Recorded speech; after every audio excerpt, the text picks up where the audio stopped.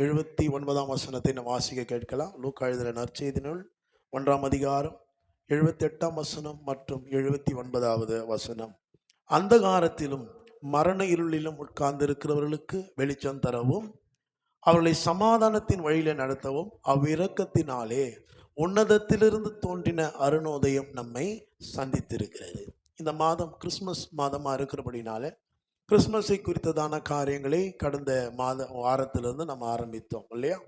இங்கே நாம் வாசித்த இந்த வேத பகுதியானது யோவான் ஸ்நானகனுடைய தகப்பனாகிய சகரியா சொல்லுகிற வார்த்தையாக இருக்கிறது. சகரியா யார் என்று சொன்னால், யோவான் ஸ்நானனுடைய தகப்பன் மாத்திரமல்ல, அவன் ஒரு ஆசாரிய வகுப்பை சேர்ந்தவன். அந்த ஆசாரிய முறைமையின்படி அவன் தேவ ஆலயத்திலே பணி செய்து கொண்டிருக்கும் பொழுது ஆண்டவர் அவனுக்கு தரிசனமாகி, உனக்கு நீ சகரியாவே உன் ஜபங்கள் கேட்கப்பட்டதுன்னு சொல்றாரு. உன் ஜபங்கள் கேட்கப்பட்டது. அப்போ சகரியாவும் எலிசபெத்தும் நீண்ட நாட்களாக ஒரு குழந்தைக்காக என்ன பண்ணியிருக்கிறாங்க, ஆண்டவருடைய சமூகத்தில் ஜெபித்து இருக்கிறார்கள். அப்போ ஜெபித்த பிற்பாடு தேவன் அந்த ஜெபத்தை கேட்டு அவர்களுக்கு ஒரு குமாரனை, ஒரு கர்ப்பத்தின் கனி ஆண்டவர் கொடுக்கிறார். கொடுக்க போகிறதே அவனுக்கு தரிசனமாக சொல்லுகிறார். அவனால் என்ன பண்ண முடியல, அதை ஏற்றுக்க முடியல. ஏன்னா காலம் சென்று விட்டது, வயது சென்று விட்டது, இந்த காலத்தில் குழந்தை கிடைக்குமா அப்படின்னு யோசிக்கிறான். ஆகவே அவன் சந்தேகத்தை கிளப்புறான். உடனே ஆண்டவர் என்ன பண்ணுறாரு, வாயை கட்டி போடுகிறார். அப்போ குழந்தை பிறந்த பிற்பாடு தான் அவன் வாய் திறக்கப்படுகிறது. அப்போ வாய் திறக்கப்பட்டவன் இயேசு சாமியினுடைய அந்த பிறப்பை இங்கே சொல்றதை நாம் பார்க்குறோம். யோவான் ஸ்நானகன் எதற்காக, அவன் அவருக்கு வழியை ஆயத்தப்படுத்துகிறவனாக இருக்கிறான். அப்போ வரப்போகிறவர் எப்படிப்பட்டவர் சொல்றான், அந்தகாரத்திலும் மரண இருளிலும் உட்கார்ந்து இருக்கிறவர்களுக்கு வெளிச்சம் தர. ஆமென் சொல்லுங்க. அப்ப இயேசு சாமியுடைய பிறப்பு எதுக்கு, மனுக்குலத்துக்கு வெளிச்சத்தை கொண்டு வர. அந்தகாரத்திலும் மரண இருளிலும் உட்கார்ந்து இருக்கிறவர்களுக்கு வெளிச்சம் தரவும், அவர்களை சமாதானத்தின் வழியிலே நடத்தவும், அவ்விரக்கத்தினாலே உன்னதத்திலிருந்து தோன்றின அருணோதயம் நம்மை சந்தித்திருக்கிறது. எல்லாம் சொல்லுங்க, அருணோதயம். அப்ப அந்த அருணோதயம்னா சூரியோதயத்தை குறிக்கிறது. காலையில பாருங்க, இரவு முழுவதும் அங்கே இருள் ஆளுகை செய்து கொண்டிருந்தது. இருள் இந்த பூமி மீது படர்ந்து இருந்தது. இப்ப அந்த சூரியன் உதிக்க தொடங்கும் பொழுது மெல்ல மெல்ல மெல்ல இருள் விலகி இந்த உலகத்தை எது ஆளுகை செய்து, வெளிச்சம் ஆளுகை செய்கிறது. அப்போ அந்த அருணோதயத்தையும் இயேசுவையும் இங்கே கம்பேர் பண்ணி, ரிசம்பிளன்ஸ் பண்ணி தான் இங்கே சகரியா சொல்றாரு, உன்னதத்திலிருந்து தோன்றின அருணோதயம். இந்த அருணோதயம் உலகத்துக்கு வெளிச்சம் கொடுத்த சூரியன், ஆனால் அவர் சொல்லுகிற அருணோதயம் உன்னதத்திலிருந்து தோன்றின அருணோதயம். அப்போ உன்னதம் அப்படின்னு சொல்லும்போது அது பரலோகத்தை குறிக்கிறதா இருக்குது. அந்த உன்னதத்திலே ஏறி உட்கார வேண்டும் என்று சொல்லி தான் தேவ தூதனாகிய லூசிபர் என்கிறவன் ஆசைப்பட்டான். அவனை தேவன் கீழே தள்ளி அவனை பிசாசாக மாற்றி விட்டார்.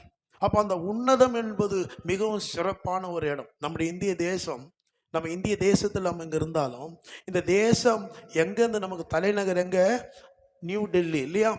கட்டளைகள் எல்லாம் எங்கேருந்து பிறப்பிக்கப்படுகிறது, அங்கேருந்து பிறப்பிக்கப்படுகிறது. அதை இங்கே இம்ப்ளிமெண்ட் பண்ணுறாங்க, இங்கே செயல்படுத்துகிறார்கள். அதே போல இந்த முழு உலகமும் காணக்கூடாத ஒரு உலகத்தால் ஆளுகை செய்யப்பட்டு கொண்டிருக்கிறது. அது பேர் தான் உன்னதம். ஆமென் சொல்லுங்க. ஆகவே தான் பரமண்டலங்களில் இருக்கிற எங்கள் பிதாவே என்று சொல்லி எல்லாம் இயேசு சாமி அங்கே ஜெபிக்கிறத பார்க்குறோம். அப்போ இவர் எங்கிருந்து வந்தவர், உன்னதத்திலிருந்து தோன்றினவர். அப்போ ஒரு ஆள் உன்னதத்திலிருந்து வர்றாருன்னா அவர் சாதாரணப்பட்ட ஆளாக இருக்க முடியாது, அவர் சர்வ வல்லமையுள்ள தேவனாக தான் இருக்கிறார். ஆமென். எனக்கு தெரிஞ்ச ஒரு சகோதரி அமெரிக்க ஐக்கிய தேசத்தில் இருக்கிறாங்க. நான் ஏதோ ஜபத்துக்கு பேசுவாங்க, நாங்கள் ஒரு குழுவில் இருக்கிறோம், ஒரு வசனத்தை அனுப்புவாங்க, அந்த வசனத்துக்கு விளக்கம் சொல்லணும். இது மாதிரி நிறைய பேர் இருக்கிறாங்க அந்த குழுவில். அப்போது சமீபத்தில் அவங்களுடைய தகப்பனார் இறந்துட்டாங்க, தூத்துக்குடியை சேர்ந்தவங்க, ஆனால் அமெரிக்காவில் இருக்கிறாங்க. அப்போ அவங்க எனக்கு சொன்னாங்க, பிரதர் ஒரு சின்ன ஹெல்ப் பண்ண முடியுமா எனக்கு, என்ன ஹெல்ப்னு கேட்டேன் நான்.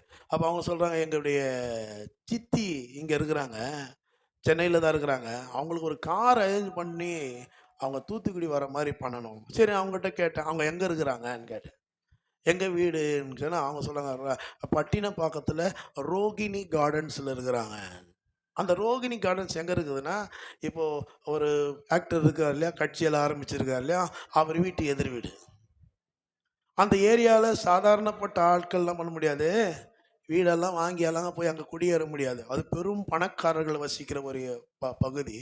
அங்கே இருக்கிறாங்க. அப்போ தான் நினச்சேன், இவங்க அமெரிக்க ஐக்கிய தேசத்தில் வேலை செய்கிறதுனால இந்த இடத்துல இவங்க எப்படிப்பட்ட ஒரு வாழ்க்கை வராங்க, ஒரு வசதியான ஒரு வாழ்க்கையை வாழ்க. அதே போல உன்னதத்திலிருந்து வருகிறவர் சாதாரணப்பட்ட ஆளாக இருக்க முடியாது. ஏன்னா உன்னத வல்லமையுள்ள ஒரு இடம், அதிகாரம் உள்ள ஒரு இடம். அங்கேருந்து ஒரு ஆள் இந்த பூமிக்கு இறங்கி வர்றாருன்னா அவர் சாதாரணப்பட்ட ஆளாக இருக்க முடியாது. அவர் நிச்சயமாக வல்லமை உள்ளவராக தான் இருக்கணும். ஆகவே தான் வேதத்தில் ஏசாயா தீர்க்கதரிசி சொல்றார், நமக்கு ஒரு பாலகன் பிறந்தார், நமக்கு ஒரு குமாரன் கொடுக்கப்பட்டார், கர்த்தத்துவம் அவர் தோளின் மேல் இருக்கும், அவர் நாமம் அதிசயமானவர், ஆலோசனை கர்த்தா, வல்லமையுள்ள தேவன், நித்திய பிதா, சமாதான பிரபு. இவ்வளவு வல்லமை நிறைந்த தேவன் எதற்கு இந்த பூமியில இறங்கி வந்தாருன்னு சொன்னா, அந்த காலத்துல மரண இருளிலே உட்கார்ந்து இருக்கிறோமா நாம? ஆமேன்னு சொல்லுங்க. நிக்கல, கடந்து போகல, அங்க ஸ்டாண்டர்டா உட்கார்ந்து இருக்கிறோம். பிசாசு நம்மளை அங்க ஒரு இடத்துல உட்கார வச்சு அவன் நினைச்சதெல்லாம் நம்முடைய வாழ்க்கையில் அவன் செய்து கொண்டிருந்தான். அப்ப மனுக்குலத்தை விடுதலையாக்க வேண்டும். அப்போ அந்தகாரம் மூடிக்கொண்டு இருக்கிறது, இருள் அவனை ஆளுகை. இப்போ இருள் நம்ம சாதாரணமாக எடுத்துக்க முடியாது. வேதம் சொல்லு, இருளில் இரவில் நடமாடும் கொள்ளை, இரவில் பயங்கரமோ இருளில் நடமாடும் கொள்ளை நோய். அப்போ இரவு இருள்னாவே அது பிசாசினுடைய கிரியை செய்கிற நேரமாக இருக்குது. அப்போ நம்ம எல்லாம் பிசாசினுடைய கிரியையில சிக்கிட்டு இருந்தோம். நம்மை விடுதலை ஆக்க வேண்டும் என்பதற்காக இயேசு அருணோதயமாக நம்மை பிரகாசிக்க வைக்கும்படியாக இந்த பூமியில் அவர் அவதரித்தார். அல்லேலூயா, அல்லேலூயா. அந்த அந்த இப்போ காலையில் கூட பார்த்தீங்க, 7 மணிக்கு இங்கே ஆரம்பிக்கும் போது வெளிச்சம் அந்த அளவுக்கு இல்லை. ஆனால் நேரம் ஆக ஆக சூரியன் மேலே ஏற ஏற என்ன நடக்குது, இப்போ பூமியே வெளிச்சமாக மாறும். நான் சொல்கிறேன், ஒருவேளை உங்கள் வாழ்க்கை இன்னைக்கு இருளாக இருந்திருக்கலாம், பிசாசின் கிரியைகள் அதிகமாக இருந்திருக்கலாம். அந்த அருணோதயம் ஒவ்வொரு மேலே அங்கே உதித்து இருக்கிறதுனால இதோ இருள் பூமியையும் காரிருள் ஜனங்களையும் மூடும், ஆனால் உன்மேல் கர்த்தர் உதிப்பார்னு வேதம் சொல்லுது. அல்லேலூயா. எழும்பி பிரகாசி, உன் ஒளி வந்தது சொல்லி பார்க்க. அப்போ உன்னதத்திலிருந்து தோன்றின அருணோதயம். அப்போ உன்னதத்திலிருந்து அவர் எப்படி தோன்றினாரா? இரக்கத்தினாலே. அங்கதான் சொல்ல, அவ்விரக்கத்தினாலே உன்னதத்திலிருந்து தோன்றின. அவருக்கு நமக்கு உதவி செய்யணும் தலையெழுத்த கிடையாது. ஒருத்தர் தப்பு நம்ம கூட பாருங்களேன், ஏதோ ஒரு காரியத்தை செய்வோம், இல்லை ஒரு பிள்ளைங்களுக்கு நம்ம இது பண்ணுவோம், அந்த பிள்ளை கேட்கலாம் சொல்லுவோம், அதெல்லாம் இது கீழ்ப்படியாது போல, தண்ணி தெளிச்சு என்ன பண்ணுறோம், நாம் விட்டுருவோம். ஆண்டவரும் நம்மளை அப்படி விட்டுருக்கலாம், விட்டுருந்தா கூட நியாயம்தான். ஆனால் ஆண்டவர் நம்மளை அப்படி விடலை. எப்படியாகிலும் மறுபடியும் நம்மை அவருடைய வழியில் நடத்த, சமாதானத்தின் வழியில் நடத்த அவர் இரக்கம் கொண்டவராக இருக்கிறார். ஆகவே தான் சங்கீதக்காரன் அடிக்கடிக்கு பயன்படுத்துகிற வார்த்தை, ஆண்டவரே நீர் இரக்கமும் மன உருக்கமும் நீடிய சாந்தம் உள்ள தேவன். ஆமேன்னு சொல்லுங்க. தீங்குக்கு மனஸ்தாபப்படுகிற தேவன். தீமோத்தேயு புஸ்தகத்தில் பவுல் சொல்றாரு, நாம் உண்மை இல்லாதவர்களாக இருந்தாலும் அவர் உண்மையுள்ளவராய் காணப்படுகிறார். அப்போ இரக்கம், தேவத்தினுடைய இரக்கம், தேவத்தினுடைய கிருபை இயேசு இந்த பூமிக்கு அருணோதயமாக அனுப்பி நம் ஒவ்வொருடைய வாழ்க்கையில் இருந்த இருள் நீங்கி இருக்கிறது. ஆமேன்னு சொல்லுங்க. அல்லேலூயா சொல்லுங்க. அந்த அருணோதயம் நம் ஒவ்வொருவரையும் சந்தித்து இருக்கிறது. ஆகவே தான் யோவான் 1ஆம் அதிகாரத்தில் நீங்கள் போய் வாசிச்சிங்கன்னா, அந்த யோவான் 1 ஆரம்பிக்கும் போது இப்படி ஆரம்பிக்கும், ஆதியிலே வார்த்தை இருந்தது, அந்த வார்த்தை தேவனிடத்தில் இருந்தது, அந்த வார்த்தை தேவனா இருந்ததுன்னு ஆரம்பிச்சு அப்படியே 5ஆம் வசனத்துக்கு வந்தீங்கன்னா, அவருக்குள் ஜீவன் இருந்தது, அந்த ஜீவன் மனுஷருக்கு ஒளியா இருந்தது. அப்படியே தொடர்ந்து நீங்க பின்னாடி வந்தீங்கன்னா, உலகத்தில் வந்து எந்த மனுஷனையும் பிரகாசிப்பிக்கிற மெய்யா வார்த்தை, அந்த வார்த்தைக்குள்ள ஜீவன், அந்த ஜீவனுக்குள்ள ஒளியை வச்சுட்டாரு. இப்போ அந்த ஒளி எந்த மனுஷன், நீங்க யாரா வேணா இருக்கலாம், எப்படிப்பட்ட ஆளா இருக்கலாம், உங்க குடும்ப பின்னணி எதை வேணா இருக்கலாம், நீங்க படித்தவர்களாக இருக்கலாம், படிக்காதவர்களாக இருக்கலாம், தொழிலதிபர்களாக இருக்கலாம், சாதாரண வேலை செய்கிறவர்களாக இருக்கலாம், எந்த மனுஷனா இருந்தாலும் உங்களை பிரகாசிப்பிக்க வைக்கும்படி அந்த ஒளி இந்த பூமிக்கு இறங்கி வந்திருக்கிறது. உலகத்தில் வந்து எந்த மனுஷனையும் பிரகாசிப்பிக்கிற மெய்யான ஒளி நம்முடைய ஆண்டவர். உங்களை கண்டிப்பா அவர் பிரகாசிக்க வைக்காம, உங்களை ஷைன் பண்ண விடாம அவர் விடவே மாட்டார். ஆமேன்னு சொல்லுங்க. அல்லேலூயா சொல்லுங்க. அழகான ஒரு வார்த்தை, எவர்களை முன்குறித்தாரோ அவர்களை அழைத்தாரா. நீங்கள்லாம் சாதாரணமா ஆண்டவர் இங்க வரல, நீங்க நினைச்சிருக்கிறீங்க ஏதோ ஆக்சிடென்ட்டா ஏசாமி ஏத்துக்கிட்டீங்கன்னு இந்த கோயில்ல வந்து இங்க உட்காந்துக்கிறீங்க. இல்ல இல்ல, இந்த கோயிலில் நீங்கள் உட்காருகிறதற்கு தேவன் பல ஆயிரம் ஆண்டுகளுக்கு முன்பாக உங்களை முன் குறிச்சிட்டாரு. உங்களை முன்குறித்தார். முன்குறித்தவர் சும்மா விடல, பரிசுத்த ஆவியானவர் அனுப்பி உங்களை அழைத்தார். இல்லை, உலகத்தில் எவ்வளோ பேர் இந்த காலையை வேற மாதிரி போக்கிட்டு இருக்கிறாங்களே. நம்ம வீட்டில் இந்த டியூஷன் நடக்குது இல்லையா, அந்த டியூஷன் பசங்க சொல்லுவாங்க, முன்னாடி இப்போ வர பசங்களை முன்னாடி வர பசங்க ஞாயிற்றுக்கிழமை சர்ச்சுக்கு வர சொல்லி கேட்பாங்க. அப்போ சொல்லுவாங்க, ஆன்ட்டி அங்கிள் ஞாயிற்றுக்கிழமை ஒரு நாள் தான் தூங்குறோம். யாரு அதுங்க சொல்லுது, அந்த நேரத்தில் எப்படி நாங்கள் கோயிலுக்கு வருது? அப்போ எவ்வளோ மக்கள் இருக்கிறாங்க இந்த ஞாயிற்றுக்கிழமை எப்படி எப்படியோ போக்கிட்டு இருக்கிறாங்க. ஒன்றுமே இந்த பக்கம் போனால் புளியாந்தோப்பு சைடு போனால் வச்சிங்களேன், நைட்டு 2 மணிலேருந்து ஆரம்பிச்சுறாங்க. ஞாயிற்றுக்கிழமை ஆனால் டிராஃபிக் ஆகுது, காலையிலலாம் போக முடியல. நைட்டெல்லாம் பிரியாணி சாப்பிட்றான் நம்பால், ஏதோ ஒன்று பண்ணுறாங்க. சில பேர் நல்லா தூங்கணும், இன்னைக்கு முடிவு எடுத்துருவாங்க, இன்னைக்கு ஞாயிற்றுக்கிழமை நல்லா படுத்து தூங்கணும். இப்படி எப்படி எப்படியோ மனிதர்கள் நேரத்தை போக்கிட்டு இருக்கிறாங்க. ஆனால் நீங்கள் இன்னைக்கு கர்த்தருடைய ஆலயத்துக்கு வந்து கர்த்தருடைய வார்த்தை கேட்க வந்திருக்கிறீங்க. இவ்வளோ நேரம் கர்த்தரை பாடி கர்த்தரை துதிச்சிங்க. இதற்கு காரணம் பரிசுத்த ஆவியானவர். ஜீவ மார்க்கத்தை சிந்திக்க கூடாதபடிக்கு பிசாசு ஒவ்வொருடைய கண்களை குருடாக்கி இருக்கிறான். ஆனால் ஆவியானவங்க ஒவ்வொருடைய கண்களை திறந்திருக்கிறார். அந்த கண்கள் திறக்கப்பட்டதுனால தான் முன்குறித்த உங்களை அவர் அழைத்தார். அழைத்ததோடு நிற்கல, உங்களை நீதிமான்களாக்கி இருக்கிறார். நீதிமான் ஆக்கிட்டு வந்து நிற்கல, உங்களை மகிமைப்படுத்துகிற தேவனா இருக்கிறார். அல்லேலூயா. கண்டிப்பாக எங்கெல்லாம் வெட்கப்பட்டீங்களோ, எங்கெல்லாம் அவமதிக்கப்பட்டீர்களோ, எங்கெல்லாம் உங்களை தலை குனிக வைக்கப்பட்டதோ, எங்கெல்லாம் ஒதுக்கப்பட்டீர்களோ, வெறுக்கப்பட்டீர்களோ, தள்ளப்பட்டீர்களோ, கர்த்தர் அந்த இடத்துல உங்களை மகிமைப்படுத்தாமல் விட மாட்டார். உங்களை பிரகாசிக்க வைக்காம விட மாட்டார். ஹல்லேலூயா. அதான் உலகத்தில் வந்து எந்த மனுஷனையும் பிரகாசிப்பிக்கிற வழி. ஒருவேளை ஃபினான்ஸ் ஸ்டேட்டஸ்னால உங்களை தள்ளி வைக்கலாம். ஒருவேளை உங்ககிட்ட ஒரு பெரிய ஒரு வசதி வாய்ப்பு இல்லைனாலும் தள்ளி வைக்கலாம். பெரிய படிப்பு இல்லைன்னாலும் தள்ளி வைக்கலாம். ஒருவேளை பெரிய படிப்பு படித்தும் தள்ளி வைக்கிறவங்க இருக்கிறாங்க. எங்கள் பாஸ்டர் சொல்லுவார், சந்தோஷப்படுகிறவர்களே சந்தோஷப்படுங்க, அழுகிறவர்களுடனே அழுங்கன்னு. சந்தோஷப்படுகிறவுடனே சந்தோஷப்பட மாட்டாங்க நம்ம ஆளுங்க. ஆனால் அழுகிறவருடனே அழுகிற தயாராக இருப்பாங்க. ஒரு ஆள் கஷ்டம் வந்துடுச்சுன்னா உடனே 2 சொட்டு கண்ணீராவது விட்டுருவாங்க. அதே ஆள் ஒரு காசு சேர்த்து ஒரு வீட்டை கட்டிடுச்சுன்னா போவாங்க ஃபங்க்ஷனுக்கு, எல்லாம் பார்த்துட்டு வீட்டில் வந்து பேசிக்குவாங்க, எங்கேருந்து சம்பாரிச்சான்னு எங்களுக்கு தெரியும். சந்தோஷப்பட மாட்டாங்க. இதுதான் உலகம். ஒரு நீங்கள் நல்லா வசதியாக இருக்கிறீங்க, ஒரு நல்ல கையில் காசு வச்சுருக்கீங்க, நல்லா படிச்சிட்டிங்கன்னா உங்களோடு கூட கண்டிப்பாக எல்லாம் சமாதானமாக இருக்க மாட்டாங்க. கண்டிப்பாக அப்போ தான் உங்களை வெறுக்க ஆரம்பிப்பாங்க. அப்போ நீங்கள் யாரை வேணா இருக்கலாம். ஒருவேளை நீங்கள் தாழ்ந்து இருக்கிறதுனால உங்களை வெறுக்கலாம், ஒருவேளை நீங்கள் மேலே உயர்ந்து வருகிறதுனால வெறுக்கலாம். இஸ்ரவேல் ஜனங்களை அப்படி தான் பண்ண எகிப்து ராஜா பார்வோன் இஸ்ரவேல் ஜனங்களை அடிமைப்படுத்த காரணம் என்ன தெரியுமா? இவர்கள் நம்மிலும் பலத்தவர்கள் ஆயிட்டாங்க. நம்ம விட பலசாலிகளாக இருக்கிறானுங்க இவனுங்க. பணத்தில், சரீர சுகத்தில், எல்லாத்திலும் பலசாலியாக இருக்கிறாங்க. அவனுக்குள்ளே வந்து அந்த பொறாமை இந்த ஜனங்களை ஒடுக்க ஆரம்பித்தது. ஒருவேளை அப்படி ஒடுக்கப்பட்டவர்களாக நீங்கள் காணப்படுகிறீர்களா? இன்னும் கேட்டால் நீங்கள் ரட்சிக்கப்பட்டு ஏசாமி ஏற்றுக்கிட்டீங்கன்னாவே கண்டிப்பாக மற்றவங்களால் ஒடுக்கப்படுவீங்க. ஏன்னா அவங்களுக்கு நல்லா தெரியும், ஏசாப்பா கிட்ட வந்துட்டா கண்டிப்பாக ஒரு நாள் உயர்ந்து மேலே போயிடுவீங்கன்னு. அப்போ தான் சோஸ்திரன்னு, அந்த சோஸ்திரத்தை கூட ஒழுங்காக சொல்ல தெரியாது அவனுக்கு. நம்ம போகும்போது தான் அல்லேலியான்னுவாங்க. நம்ம ஒன்றும் பண்ண மாட்டோம். அவன் 100 தடவை நம்மளை துன்பப்படுத்தி இருப்பான். எப்பாச்சும் ஒரு தடவை நம்ம கொஞ்சம் திரும்ப பேசியிருப்போம். உடனே என்ன சொல்லுவாங்க?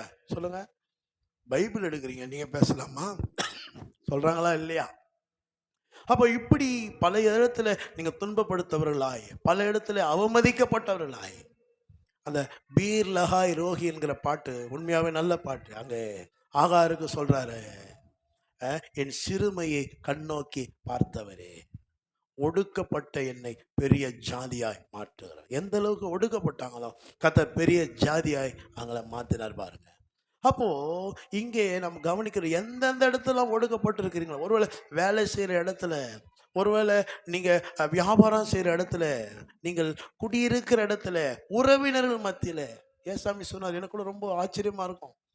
என்னடா இது, நம்ம அக்கிரமம் பண்ணும்போது, பாவம் பண்ணும் போதெல்லாம் நம்மளை நேசிச்சவங்க இப்போ கர்த்தருடைய ஊழியத்தை தானே செய்கிறோம், இப்போ ஏன் நான் பகைக்கிறாங்க? ஆனால் ஏசாமி நல்ல ஸ்டேட்மெண்ட்டை கொடுத்துருக்கிறாரு, உன் வீட்டாரே உனக்கு சத்துரு. உன் நடுவில் பற்றி எரிகிற அக்னியை குறித்து நீ என்ன பண்ணக்கூடாது? ஆச்சரியமே படக்கூடாது. எல்லா சகோதரர்களுக்கும் அது நிறைவேறுக. நான் சொல்கிறேன், இன்னைக்கு இப்படி நான் சொன்ன இந்த காரியத்தில் வைத்து எந்தெந்த இடத்துல நீங்கள் ஒழுக்கப்பட்டு இருக்கிறீங்களோ, சிறுமைப்படுத்தப்பட்டீங்களோ, இந்த இயேசு உங்கள் வாழ்க்கையில் ஏற்றிட்டு, இந்த இயேசு உங்களை பிரகாசிக்க வைக்காம, உங்களை மகிமைப்படுத்தாமல் விட மாட்டார். கண்டிப்பாக நான் சொல்கிறேங்க, எனக்கு முழு நிச்சயம் இருக்குது. கண்டிப்பாக ஜெயிச்சிருவீங்க, கண்டிப்பாக நல்லா இருப்பீங்க, கண்டிப்பாக நீங்கள் சந்திக்கிற சவால்கள் மேலே கண்டிப்பாக வெற்றி பெறுவீங்க. இந்த நிச்சயம் எனக்குள்ள இருக்குது. ஏன்னா நான் அப்படிப்பட்ட பாதையில் போகிறேன். கர்த்தர் எனக்கு எப்படி உதவி செய்கிறார்ன்றதை பார்க்குறேன். அந்த நிச்சயத்தோடு தான் உங்களுக்கு சொல்கிறேன். கண்டிப்பாக நீங்கள் உங்கள் பிள்ளைகள் எல்லாரும் கர்த்தராலே போதிக்கப்பட்டிருப்பீங்க. உங்கள் பிள்ளைகளுடைய சமாதானம் பெரிதாக இருக்கும். உன் எல்லைகளை சமாதானம் உள்ளவில் ஆக்கி உச்சிதமான கோதுமையினால் உங்களை திருப்தி ஆக்குவார். இப்படி சொல்லலாமா? உன் அலங்கத்திற்குள்ளே சமாதானமும் உன் அரண்மனைகளுக்குள்ளே சுகம் தங்கி இருக்கும். என் ஜனம் சமாதான தாபரங்களிலும் நிலையான வாசஸ்தலங்களிலும் அமைதியாய் தங்கள் இடங்களிலும் குடியிருக்கும். ஆமென் சொல்லுங்க. அல்லேலூயா. யோபின் புஸ்தகத்தில் அழகாக சொல்றார், உங்கள் கூடாரம் சமாதானத்தோடு இருக்க பார்ப்பீங்களா? இல்லை, கூடாரத்தை விசாரிக்கும் போது குறைவை காண மாட்டேங்க. இந்த தேவன் அப்படிப்பட்ட தேவன், ரொம்ப நம்பிக்கைக்குரியவர். என கேட்டால் இவரை நம்பலாம். ஆமென் சொல்லுங்க. மற்றவங்க யாரை நம்புறீங்களோ இல்லையோ, உலகத்தில் மனுஷனை நம்பி போய் ஏமாந்தவங்க நிறைய பேர் செய்யணும்னு நினைப்பாங்க. ஆனால் சந்தர்ப்ப சூழ்நிலை செய்ய முடியாத போய்டும். ஆனால் இவர் தன்னால் என்ன முடியுமோ அதை தான் சொல்லுவார். தன்னால் எதை செய்ய முடியுமோ அதை தான் நம்ம வாக்களிப்பார். ஆகவே தான் அங்கே பீலையாமுடைய சாபத்தை கர்த்தர் ஆசீர்வாதமாக மாற்றிட்டார். பீலையாம் சபிக்க வாயை திறக்கிறான், ஆனால் அவன் சொல்கிறான் சாபத்தை வருமானது ஆசீர்வாதமாக வருது. தேவன் ஆசீர்வதித்தவனை சபிப்பது எப்படி? இஸ்ரவேலை ஆசீர்வதிக்கிறதுல பிரியமுள்ள தேவன். நான் சொல்கிறேன், உங்களை ஆசீர்வதிக்கிறதுல அவ்வளோ பிரியமாக இருக்குது அவருக்கு. ஏதோ வேண்டாம் இருந்தால் பிடிச்சிக்கிட்டு போ கொடுக்குறவர் அல்ல. உங்களை ஆசீர்வதித்து உங்கள் எல்லையை பெரிதாக்கி தீங்கு துக்கப்படுத்தாதபடிக்கு அவருடைய கரை உங்களோடு கூட இருக்க வேண்டும் என்கிறதுல ரொம்ப நம்மளை விட அதிகமாக இன்ட்ரெஸ்ட் அவருக்கு ஆர்வமுள்ளவராக இருக்கிறார். அதில் அவருக்கு பெரிய மகிழ்ச்சி. ஆமென் சொல்லுங்க. நீங்கள் வாழ்ந்திருக்கிறதுல பெரிய மகிழ்ச்சி. அந்த நிச்சயத்தில் தான் சொல்கிறேன், கண்டிப்பாக நீங்கள் சந்திக்கிற சவால்கள், பிரச்சனைகள், போராட்டங்களில் வெற்றி பெறுவீங்க. ஒருவேளை இந்த நேரத்தில் உங்கள் சரீரத்தில் ஏதோ ஒரு பலவீனமோ சுகவீனமோ ஆளுகை செய்து உங்களை துன்பப்படுத்தி கொண்டிருக்கலாம். இரவில் கெட்ட சொப்பனம் துன்பப்படுத்தி கொண்டிருக்கலாம். ஒருவேளை உங்கள் குடும்பத்தை குறித்து, உடைய பிள்ளைகளை குறித்து, கணவனை குறித்து, மனைவியை குறித்து பிசாசு ஏதோ கெட்ட சொப்பனத்தை அனுப்பி ஏதோ ஒரு தீங்கு உங்கள் குடும்பத்தை வரப்போகுதுங்கிற சொல்லிக்கிட்டே இருக்கலாம். ஆனால் நான் சொல்கிறேன், இந்த தெய்வத்தை நம்பி வந்துட்டீங்க, அந்த அருணோதயம் உங்க மேல வீசி கொண்டிருக்கிறது. ஒரு தீங்கும் ஒரு கேடு உங்களை அணுகாதபடிக்கு அவர் பாதுகாக்கிறவராக இருக்கிறார். மோசே அழகா சொல்றாரு 91ஆம் சங்கீதத்தில், எனக்கு அடைக்கலமா இருக்கிற உன்னதமான கர்த்தரை உனக்கு தாபரமாய் கொண்டாய், ஆகையால் பொல்லாப்பு உனக்கு நேரிடாது, வாதை உன் கூடாரத்தை அணுகாது. ஆபேலின் ரத்தம் பேசினதை பார்க்கலாம் நன்மையானவைகளை பேசுகிற தெளிக்கப்படுகிற ரத்தமாகிய இயேசு கிறிஸ்துவின் ரத்தத்திடத்திற்கு வந்து சேர்ந்திருக்கிறீங்க. அன்னைக்கு ஆபேலின் ரத்தம் ஆண்டவரை நோக்கி கூப்பிட்டது, இயேசு கிறிஸ்துவின் ரத்தம். ஆபேலின் ரத்தம் என்ன கூப்பிட்டுச்சு? என் சகோதரன் என்ன சாகடிச்சிட்டான்னு கூப்பிட்டுச்சு. இப்போ சிந்தப்பட்ட இயேசு கிறிஸ்துவின் ரத்தம் அங்கே உங்களை பற்றி தீமையை பேசுகிற நன்மையை பேசி கொண்டிருக்கிறது. ஹல்லேலூயா. வீட்டு நிலைக்கால்கள் மேல் பூசப்பட்ட ரத்தம் சங்கார தூதன் அனுமதிக்கல. அந்த ரத்தம் இன்னைக்கு நம்ம ஒவ்வொருவர் மேலே பூசப்பட்டிருக்கு. அன்னைக்கு ரத்தம் பொருளாக இருந்தது. அன்னைக்கு ரத்தம் என்னவா இருந்தது? ஒரு பொருளாக இருந்தது. இன்னைக்கு அந்த ரத்தம் ஆவியாக இருக்கிறது. பெட்ரோல் போட போகிறோம், பெட்ரோல் போட்ட உடனே அப்படியே அந்த பெட்ரோல் ஓப்பன்லேயே வச்சுட்டு அந்த பெட்ரோல் என்ன ஆகும்? எவாப்ரேட் ஆகிடும் இல்லையா? ஆவியாக மாறும். அதே போல் அன்னைக்கு சிந்தப்பட்ட ஒரிஜினல் ரத்தம் இருந்தது. இப்போ அந்த ரத்தத்துக்குள்ள வல்லமை வந்து அது ஆவியாக இருக்குது. அந்த ரத்தத்தை எப்போல்லாம் மேன்மைப்படுத்துகிறீர்களோ, இயேசுவை எப்போல்லாம் உயர்த்துகிறீர்களோ, இயேசு நாம எப்போல்லாம் வாயில் உயர்த்தப்படுகிறதோ, அந்த ரத்தத்தில் இருக்கிற வல்லமை உங்கள் மேலே, உங்கள் குடும்பத்தின் மேலே, உங்கள் பிள்ளைகள் மேலே அது பழிக்கிறதா இருக்கிறது. ஆகவே நான் சொல்கிறேன், அவர் உலகத்தில் வந்தார், உங்களை பிரகாசிக்க வைக்காம விட மாட்டார். நான் விசுவாசிக்கிறேன், நீங்கள் விசுவாசிங்களான்னு தெரியல, ஆனால் நான் விசுவாசிக்கிறது போல் நீங்கள் விசுவாசிச்சிங்கன்னா கர்த்தர் கண்டிப்பாக பெரிய காரியங்களை செய்வார். நீங்கள் இப்போது இருக்கிறதை பார்க்கலாம் 1000 மடங்கு அதிகமாகும்படி உங்கள் பிதாக்களின் தேவனாகிய கர்த்தர் உங்களுக்கு சொல்லியபடி உங்களை ஆசீர்வதிக்கிறார். லாபான் என்கிறவன் தன்னுடைய சகோதரி ஆசீர்வதிச்சு அனுப்புகிறான். என்ன தெரியுமா ஆசீர்வதிக்கிறான்? என் சகோதரியே, நீ கோடா கோடியாய் பெருகுவாயாக. நான் விசுவாசிக்கிறேன். இந்த ஊழியத்தை ஆரம்பிக்கும் போது ஆண்டவர் கொடுத்த தரிசனம் அதுதான். நான் பாட்டுன்னு ஒரு இடத்துல வேலை செஞ்சுட்டு கிடந்தேன். ஆண்டவர் எனக்கு கொடுத்த தரிசனம் அதுதான். ஆண்டவர் கொடுத்த வார்த்தை அதுதான். இது நான் விரும்புகிற சீயோன், இங்கே வருகிறவளை நான் ஆசீர்வதிப்பேன், ஆகாரத்தால் திருப்தி அடைவேன், பிசாசினால் அந்த ஜனங்கள் மேல் சுமத்தப்பட்டிருக்கிற நுகத்தடிகளை உடைப்பேன் பேசுகிறேன். அன்னையிலேருந்து சரி இன்னைக்கு வரைக்கும் என் பிரசங்கம் மாறலை. கரெக்டாக என் ரூட்டில் நான் பயணிச்சுட்டுருக்கேன். ஏன்னா எனக்கு ஒன்று தெரியும், இங்கே ஒருவேளை உங்கள் துவக்கம் இன்றைக்கி அற்பமாக இருக்கலாம். அற்பமான துவக்கத்தை வச்சுட்டு ஒருவேளை இது என் வாழ்க்கையின் முடிவாயிடுமோன்னு சிந்திக்காத. துவக்கம்தான் அற்பம், முடிவு கண்டிப்பாக ஜெயமாக இருக்கும். சம்பூர்ணமாக இருக்கும். நிரம்பி வழிகிற ஆசீர்வாதம் எல்லாவற்றிலும் எப்போதும் சம்பூர்ணமுடையவர்களாய் சகலவித நற்கிரியைகளை பெருக செய்கிற தேவன் நம்முடைய தேவன். ஐஸ்வர்யத்தை சம்பாதிக்கிறதுக்கு பலத்தை தருகிற தேவன். உன் பலவீனத்தை அவருடைய தழும்புகளால் சுகமாக்கின தேவன் உன்னோட கூட இருக்கிறார். உன்னை ஜெயிக்க வைக்காம அவர் விட மாட்டார். உன்னை ஜெயிக்க வைக்கிறதுலாம் அவருக்கு பெருமையாக இருக்குது. அப்போ இதுல என்ன காரணம்? 34ஆம் சங்கீதம் 5ஆம் வசனத்திலிருந்து நான் விளக்க ஆரம்பிச்சேன். அப்போ அவர் பிரகாசிப்பிக்கிற ஒளியா இருக்கிறாரு. அப்போ அவருடைய பிரகாசத்தை நாம் ரிசீவ் பண்றவர்களாக இருந்தாதான். ஆமென் சொல்லுங்க, அல்லேலூயா சொல்லுங்க. 34ல வாசிக்கிறோம், அவர்கள் அவரை நோக்கி பார்த்து பிரகாசம் அடைந்தார்கள். நீங்க நோக்கி பார்க்காம பிரகாசம் அடைய முடியாது. அவர்கள் அவரை நோக்கி பார்த்து பிரகாசம் அடைந்தார்கள். அவர்கள் முகங்கள், முகம் வெக்கப்படக்கூடாதா? அப்படியே பிரகாசம் மேல வீசணுமா? அப்போ என் வாழ்க்கை எப்படி இருக்கணும்? அவரை நோக்கி பார்க்கிற வாழ்க்கையா இருக்கணும். நான் வாழப்போகிறது ஒரு வாழ்க்கை. அந்த ஒரு வாழ்க்கை யாருக்கா இருக்கணும்? இயேசுக்கா இருக்கணும். ஆமீன் சொல்லுங்க. ஆகவேதான் ஏசாமி சொல்றாரு, மலை பிரசங்கத்துல சொல்றாரு, எண்ணத்தை உண்போம், எண்ணத்தை உடுத்துவோம், எண்ணத்தை குடிப்போன்னு கவலைப்படாதீங்க. இதெல்லாம் உங்களுக்கு தேவைன்னு அவருக்கு தெரியும். ஆண்டவருக்கு தெரியும் நினைக்கிறீங்களா? தெரியாதுன்னு நினைக்கிறீங்களா? தெரிஞ்சதுனால தாங்க 5 அப்பத்தையும் 2 மீனையும் 20,000 பேர் சாப்பிட வச்சாரு. ஆமென், ஹல்லேலூயா. உங்களுக்கு என்ன தேவைன்னு தெரியும், உங்களுக்கு அடிப்படை தேவை என்னன்னு தெரியும். ஆனால் அந்த அடிப்படை தேவை எப்படி வரன்றத வழிமுறை அங்கே சொல்றாரு. முதலாவது, எல்லாம் சொல்லுங்க, முதலாவது தேவனுடைய ராஜ்யத்தையும் அவருடைய நீதியை தேடுங்கள். இப்போ இவைகள் எல்லாம் கொடுக்கப்படும். கூட கொடுக்கப்படும் இருக்குது இங்கிலீஷ் பைபிளில். And it shall be added unto யூன்னு இருக்குது. தானாக வந்து சேர்ந்துக்கும். நீ கத்தரை தேடினா உன் தேவைகள் உன்னை தேடி வரணும் இருக்குது. ஆமென் சொல்லலாமா? தேவனுடைய ராஜ்யத்தையும் நீதியையும் தேடு. அப்போ இங்கே நம்ம பார்க்குறோம், அங்கே நோக்கி பார்க்க வேண்டும். யாரை நோக்கி பார்க்க வேண்டாம்? அடுத்த வசனமே சொல்ல, அவர்கள் அவரை நோக்கி பார்த்து பிரகாசம் அடைந்தார்கள், அவர்கள் முகங்கள் வெட்கப்படவில்லை, இந்த ஏழை கூப்பிட்டான். அப்போ அவரை நோக்கி பார்த்தல் என்னது? நோக்கி பார்த்தல்னா என்னன்னு சொன்னா, அவரை நோக்கி கூப்பிடுகிறது, அவரோடு உறவாடுகிறது, அவரோடு ஐக்கியம் கொள்கிறது. கிறிஸ்தவ வாழ்க்கை எதுக்கு? அவரோடு ஐக்கியம் கொள்கிறவர்களாக இருக்கும். நம்முடைய சபையின் பேர் அது ஐக்கிய சபை. நம்ம எல்லாம் ஐக்கியமாக இருக்கும்படி இங்கே அழைக்கப்பட்டு இருக்கிறோம். அப்போ நம்முடைய ஐக்கியம் யாரோடு இருக்குது? இன்னைக்கு காலையில் எழுந்தவுடன் நான் யாரோட ஐக்கியம் கொள்றேன்? இன்னைக்கு என் ஐக்கியம் பிதாவோடும் குமாரனும் பரிசுத்த ஆவியானவரோடு இருக்குதா? ஏனோக்கை பற்றி பேசிட்டு இருந்தேன். கடந்த 41 நாள் கூட்டத்தில் கடந்த வாரம் முழுவதும் ஏனோக்கு என்கிறவரை பற்றி பேசினேன். ஏனோக்கு 300 வருஷம் தேவனோடு சஞ்சரித்து கொண்டிருந்தான். குமாரரையும் பெற்றான், குமார்த்திகளையும் பெற்றான். அவன் தேவனோடு சஞ்சரித்து கொண்டிருந்ததுனால காணப்படாமல் போயிட்டான்.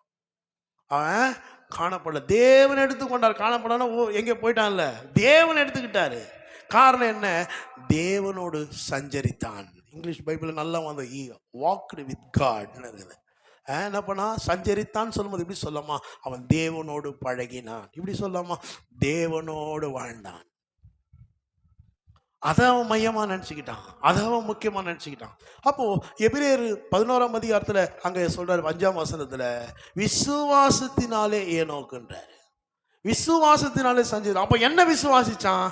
நீங்கள் ஏனோக்குடைய பையன் பேர் மெத்துசலா. எல்லாம் சொல்லுங்க, மெத்துசலா. மெத்துசலான்னு சொன்னா அவன் மரிக்கும் போது அது வரும். அவன் மரிக்கும் போது அது வரும். எது வரும்னா ஜலப்பிரளயம் வரப்போகுது. ஜலப்பிரளயம் வரப்போகிறதுக்கு முன்பாகவே, இந்த உலகம் அழிக்கப்படுகிறதுக்கு முன்பாகவே தேவன் ஏனோக்குக்கு அதை வெளிப்படுத்தினார்.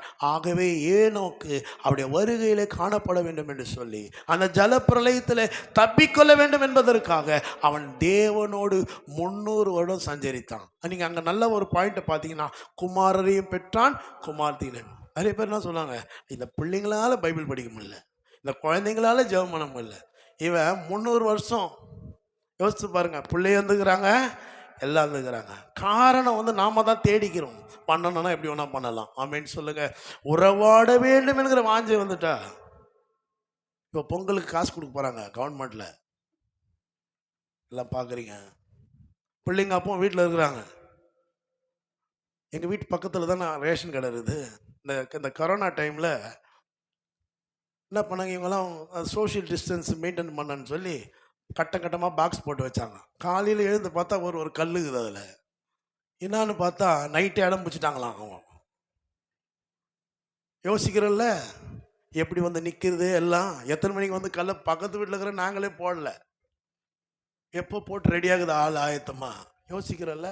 அப்போ அந்த பிள்ளைய எப்படி, அந்த பிள்ளைக்கு ஏதாவது கற்றுக் கொடுத்து நேரத்தை எப்படி மெயின்டைன், அதுக்கு மட்டும் நம்ம என்ன பண்ண மாட்டோம், மூளைய யூஸ் பண்ண மாட்டோம். அது அங்கே வர ஒரு 1000மோ 2000மோ, இப்போல்லாம் 500 ரூபாய் மாற்றினாலே கொஞ்ச நேரத்தில் காணாமல் போயிடுது, அது போயிடும்.